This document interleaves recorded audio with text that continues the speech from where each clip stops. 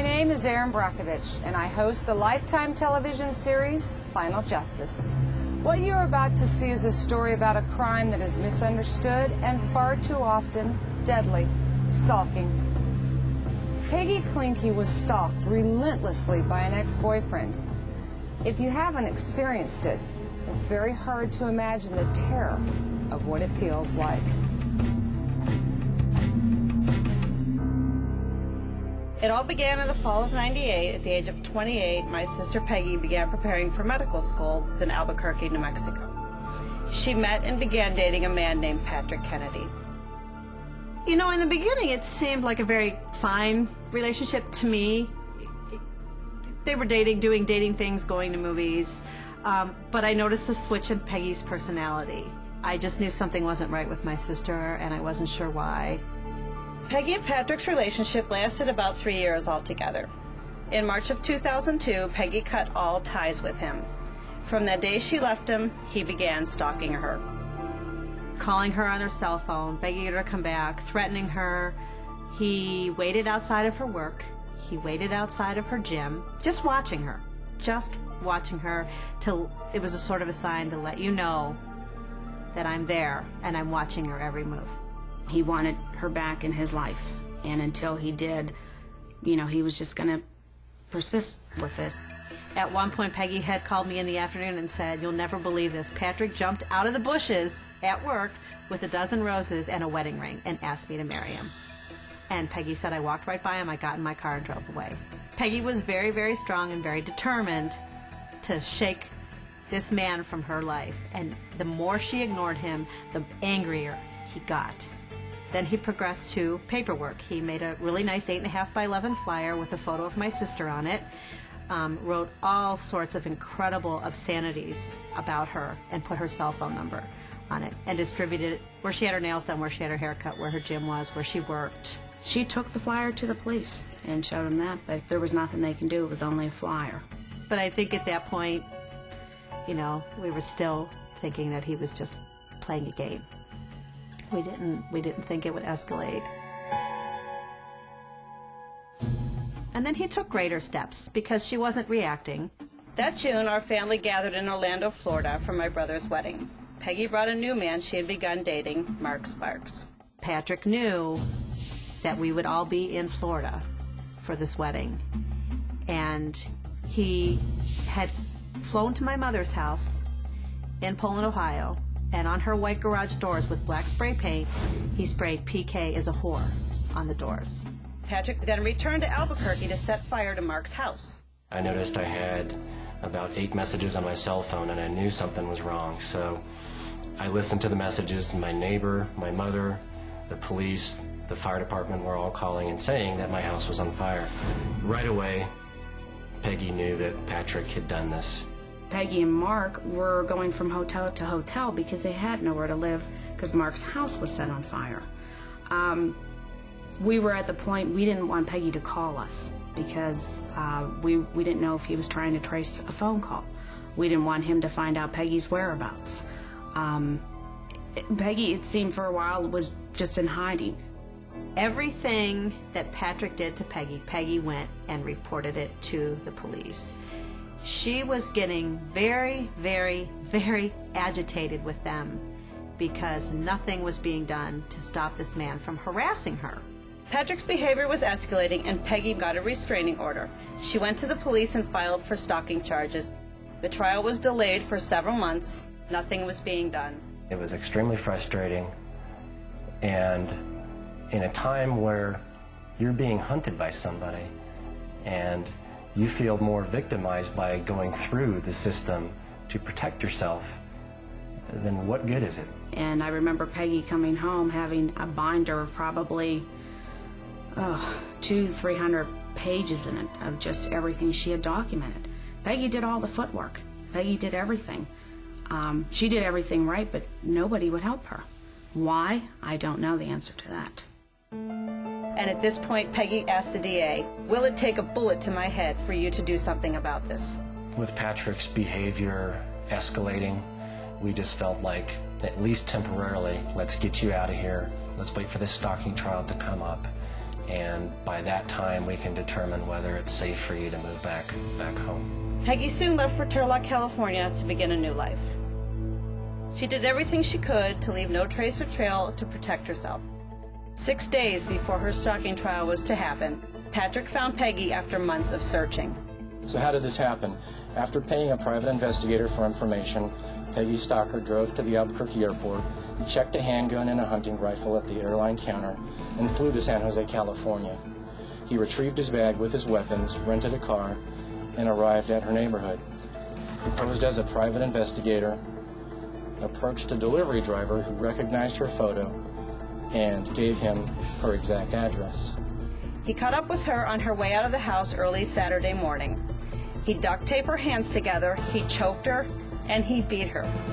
He beat her so severely with his gun that her blonde hair turned bright red. Despite all of this, Peggy managed to break free and flee to a neighbor's apartment where she was able to call 911. 911 emergency. I have a stalker and he's here to kill me. He's already beat me up and taped me. He's in my house. 1410, number 118 is what he does. Who's there? Patrick Kennedy. He's beating me up with a gun. He's trying to break it down. Does he have a gun right now? Yes, he does. He's already beat my head. If you don't get her, he's going to kill both of us. Okay, we're on the way, ma'am. Now. Are they on the way? They're on their way. Quickly, my head is stopping wet with blood. He gets in this house, he's going to kill us. Stay on the line with me, ma'am. I'm staying on the line. Oh my God. How close are they? They're on their way. Patrick, I'm the only one here. He ran. Please. Stop it. Female. Please stop it. I think I see him kill me. Ma'am? The SWAT team arrived. Peggy told them, if you open this door, he will kill me. And the police officer said, let's not talk about that, Peggy. Let's talk about your family. And Peggy had said, tell my mother that I love her. And tell my sister who's pregnant to name the baby after me. And tell my niece, Abby, she will have a guardian angel. And those were Peggy's 3 last requests before she was killed. I just remember punching a hole in one of my walls, and I just, I started crying, and I just said, I'm sorry, I'm so sorry to Peggy, because, at that point you just feel that I failed her, that the whole system failed her. You just feel powerless. The doorbell rang. I saw 2 police officers. In that instant, I knew they didn't even have to come into the house because I knew what had happened. I said, just tell me, did Patrick Kennedy kill my sister? And what I was told that night was that he had found Peggy, he had shot her in the head with a gun, and then he had killed himself. I decided, you know what? Knowing Peggy's personality, Peggy would have been on a cell phone at my funeral trying to take action, trying to make something good come out of something so tragic. We felt the same way, so we contacted retired Lieutenant Mark Wynn, a 20-year veteran of law enforcement and an expert in stalking and domestic violence. This offender hit every high indicator on a lethality scale for a stalker. He stalked across county lines, across state lines. He did all the things that we teach police officers today to read in a case before a homicide, because we believe that if you can read those signs, you can stop a stalker and you can stop a murderer. Investigating a stalking case is like putting the pieces of a puzzle together. Each piece is necessary. You have to take the time to carefully and patiently listen to the victim to find out everything that's happened. Now, the victim may be focused initially on a single incident like vandalism to her car or a threat to her family, but you have to get all the information, including the minor things, in order to assess if you have a course of conduct. You also have to remember that unlike most other crimes, stalking behavior is ongoing. It's important to continue to monitor your stalking case even after the arrest to see if the behavior is still happening. Of critical importance in all stalking cases is putting the incidents in context. Often the behavior of the stalker will seem benign or harmless to someone who doesn't know the stalker. For example, many stalkers send love letters or flowers to the victim. You have to talk to the victim and ascertain why that particular behavior is so frightening to her or him. The stalker may have told the victim that the day she's going to die would be the day that he would send her a dozen roses, or the love letter left on her doorstep may be his way of letting her know that he found her in her new home, which she thought was a secret from him. Context is everything in stalking cases. Your job as a police officer is to piece all these puzzles together, all these pieces of the puzzle together, so you can see a clear picture of the offender in front of you. Once you've interviewed the victim and the suspect's been identified, try to corroborate the victim's version of events in any way possible. Did any neighbors or someone in the workplace see the suspect? Are there photos or videos of the behavior? Any answering machine tapes, voicemail, or email? These things are helpful, but you don't have to have them. You can still proceed. Conducting an interview with a suspect can be very important in stalking cases. Many stalkers don't believe that what they're doing is wrong or illegal. And one technique that sometimes works is to open the interview with the suspect by asking, "Tell me how what you're doing is being misunderstood." Many detectives and investigators have found that stalkers enjoy talking about their behavior. Consider all the tools available to you: search warrants, surveillance operations, trash pulls, phone taps, and other techniques that law enforcement has successfully used in narcotics and other investigations. These can all be extremely useful in your stalking case.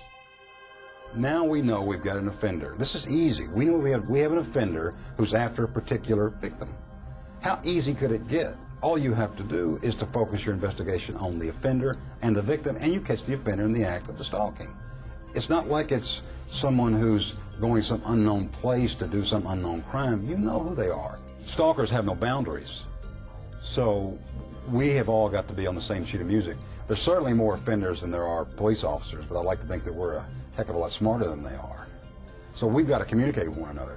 There's really no excuse why we can't talk across state and county lines, why we can't have mutual aid agreements between sheriffs and police from one county to one city to one state, because these offenders move through these different places. They travel. We know victims run from state to state in domestic violence cases and stalking cases. We've got to be prepared for this. Stalkers seldom limit their criminal behavior to one specific jurisdiction. Therefore, law enforcement has to be ready with cooperative agreements and policies in place to enable them to effectively work together to investigate these cases. Since stalking behavior is often ongoing, it's important to establish how you're going to manage the stalking case over what may be weeks, months, or even years. Every police department in this country should have a policy or protocol for their officers on dealing with stalking. Policy is our direction, it's our mission, it gives you an assignment. A stalking is a course of conduct directed at a specific person that would cause a reasonable person to feel fear. Now that fear is very real. Therefore, safety planning is crucial. It's a process that ideally involves many people: the victim, law enforcement, an advocate, the prosecutor, the victim's friends and neighbors, and anyone else who can help the victim. The key here is to keep the victim safe and to hold the offender accountable. Orders of protection or restraining orders often are looked at by the criminal justice system as a civil issue, something that's involved in a divorce or custody or visitation, when in fact orders of protection are sort of that tripwire. It signals to you in government, especially law enforcement, that something worse is about to happen, because an order is clear. It's a sanction by a court to an offender of what you will and what you won't do. When an offender thumbs their nose at the court, this is an indicator that you've got high lethality on your hands, that you can't ignore it. There's no margin for error, and arresting for violation of order of protection is part of your counter-stalking. We've got to send a message to stalking victims that they can trust us, that they can depend on us, that we will investigate thoroughly, that we will offer safety before and after the arrest, and we'll deal with any other concerns that they have. You cannot minimize these cases. This is the most dangerous thing you can do in law enforcement. It's tombstone mentality. You cannot take a case like this and say, well, maybe it'll get better, because that's exactly what the offender wants. Once we give over to minimization, the offender takes over with maximization. That's exactly the way they look at it. They're depending on everybody to treat it less than a crime, and we can't do that. The longer we spend with a case, the more we're really going to see what the victim's been trying to tell us all along. And if you walk around in the shoes of a victim for a moment. And that's the way to do it, is to see the total picture. Once you do that, then you don't minimize, then you treat it right, then you thoroughly investigate, then you track down, then you prosecute, then the law keeps its promise. Susan Herman is the Executive Director of the National Center for Victims of Crime. In the United States, 1 in 12 women will be stalked in their lifetime, and 1 in 45 men. Every year, 1.4 million women in America are stalked, and the vast majority are female stalking victims stalked by someone they knew. Stalking and murder often go together. Almost 1/3 of women who are killed each year are killed by an intimate partner. Of those, 76% had also been stalked by that intimate partner in the year prior to their murder. 76%. Stalking is serious, pervasive, and lethal. Police officers are often the first people that victims turn to, and you make an enormous difference in their lives.